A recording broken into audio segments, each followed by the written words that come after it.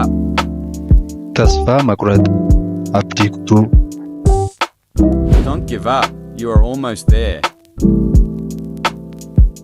ተስፋ አትቁረጥ ከግቡ ደርሰሃል. abdii hin kutatin galma kee bira geesseetta.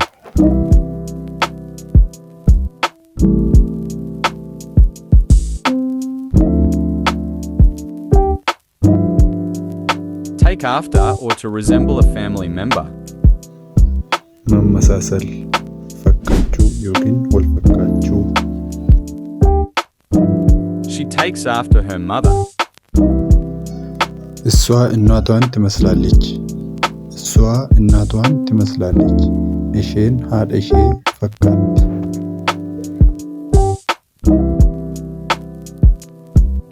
Put off or postpone.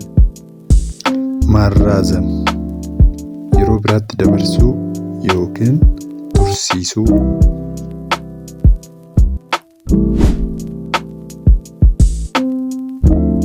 We put off our appointment until next week. ቀጠሮአችንን ወደ በሚቀጥለው ሳምንት አራዘምነው. beellama keenya gara torban dhufutti dabarsine.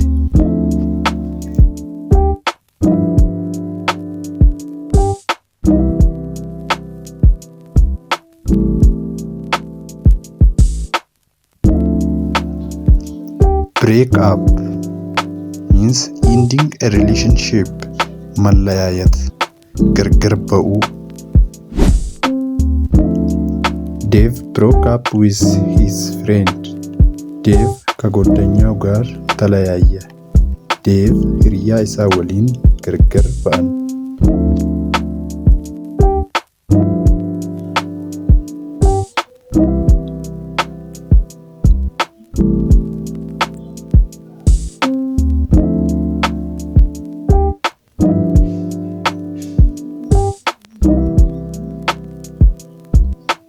Drink in mammasat harkifamu uumamaa fi kan kana fakkaataniin harkifamu.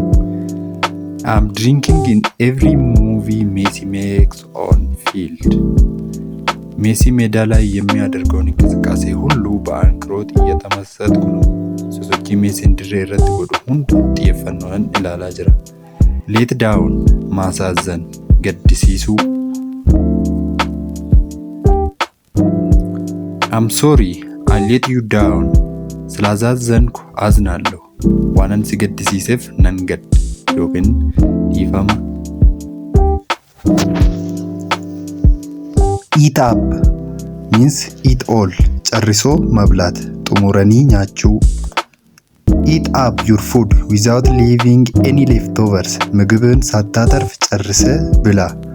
ኛተኬ ኦሶ ሂነምቢሲን ፊጥ ኛዱ.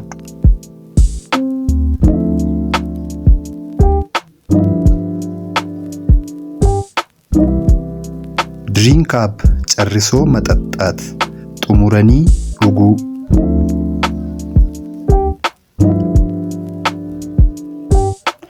Drink up your drink without leaving any leftovers.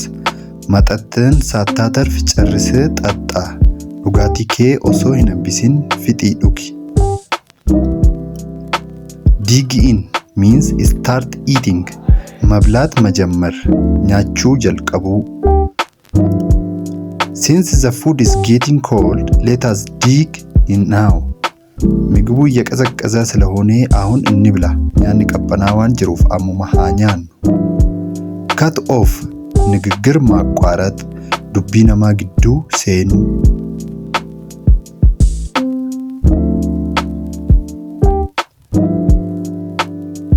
Don't cut me off while I'm talking. እየተናገርኩ አታቋርጠኝ. ኦቶን ዱበዱ ዱቢ ኮቲን ቡይን. Wake up ከእንቅልፍ መንቃት እሪባ ደመቁ.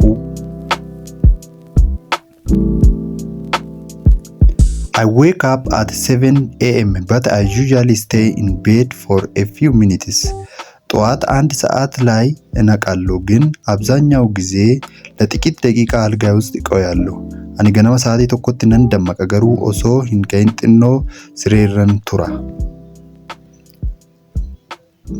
Got up ከአልጋ መነሳት ሲሬራ ከኡ. I finally got up when I heard the coffee machine. የቡና ማሽኑን ድምጽ ሲሰማ መጨረሻ ከአልጋዬ ተነሳው።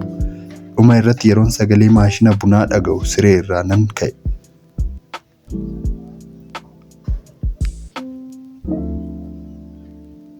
put on መልበስ ውፈቹ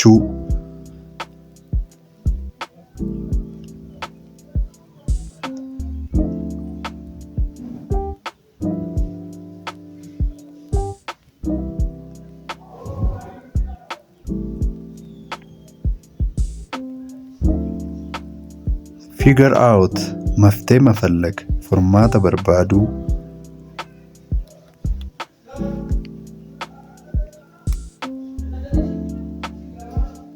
we need to figure out why the computer isn't working. ኮምፒውተሩ ለምን እንደማይሰራ መፍትሄ መፈለግ ወይም መረዳት አለብን። ማለፍ ኮምፒውተሪች ወጅቹ አከዲደ ፎርማት ኢሳ በሩቀም look after መንከባከብ ወይም መጠበቅ ኩኑንሱ ዮኪን ኤጉ Could you look after my plants while I'm on vacation? እኔ እረፍት ላይ ያለው ተክሎችን ልትንከባከብልኝ ትችላለህ? እኔ እረፍት ሲወጣ ማለት ነው። የሮምቦ ቀና ደሙ ብቅልቶታ ኮና ኩኑንሱ ደንዴሳ